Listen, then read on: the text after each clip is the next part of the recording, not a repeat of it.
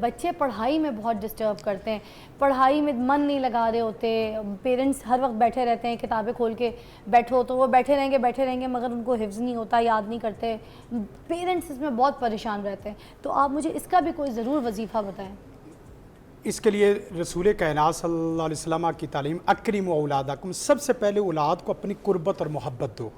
اپنے وظیفے سے پہلے قربت اور محبت دو، اور پھر اس کے بعد علموا اولادکم، اپنی اولاد کو تعلیم سکھاؤ۔ اور وہاں سیدنا عبداللہ ابن عباس رضی اللہ تعالیٰ نے اللہ کے رسول کے سامنے شکایت کی کہ میرے حافظے کا مسئلہ ہے، تو اللہ کے رسول نے ان کے سینے پہ ہاتھ رکھا۔ تو والدین کے لیے چاہیے، کوئی باپ اور کوئی استاد ایسا نہیں ہونا چاہیے جو بچے کو سکول میں بھیجے یا سکول کی تعلیم دے وہ یہ دعا نہ پڑھتا ہو، اچھا، اللہم علمہ الکتاب، اللہم علمہ التاویل، اے اللہ دنیا کائنات کی تمام کتابوں کا اس کو علم عطا فرما، دنیا کائنات کے تمام اس کے اوپر ظاہر باطن کو کھول دے۔ سیدنا عبداللہ ابن عباس رضی اللہ تعالیٰ نے فرماتے ہیں اس دعا کی برکت کے بعد قرآن کی ایک آیت بھی ایسی نہیں تھی کہ جس کے مفہوم اور جس کے معنی اور مفاہیم کو میں جانتا نہ ہوتا۔ اچھا، یہ دعا بہت ہے، اللہم علمہ الکتاب، اللہم علمہ التاویل۔ اور ایک اگر بچے کو ظاہری طور پہ اگر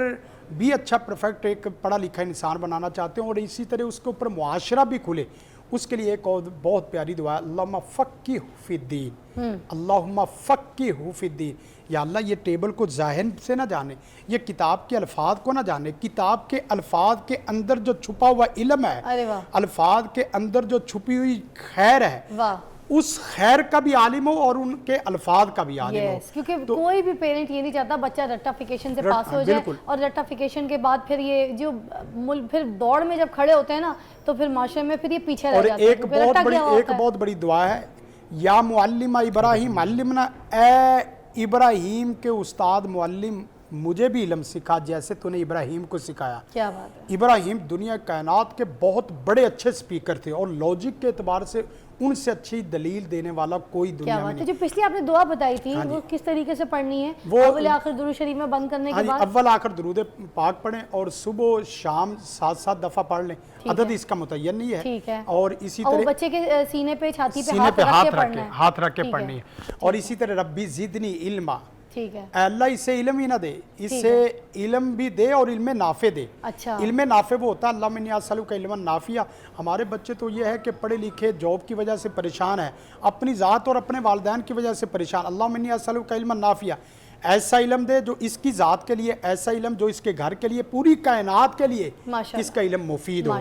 اور پھر ایک اور دعا ہے، اللہ انی اسألک علما نافعا اور وعملا متقبلا، یہ پوری دعا آپ کو مل جائے گی۔ ایک دعا ہے اللہ انی اسألک، یہ پوری دعا مل جائے گی، کس کوئی ریفرنس میں پڑھی دیتا ہوں، اللہ انی اسألک علما نافعا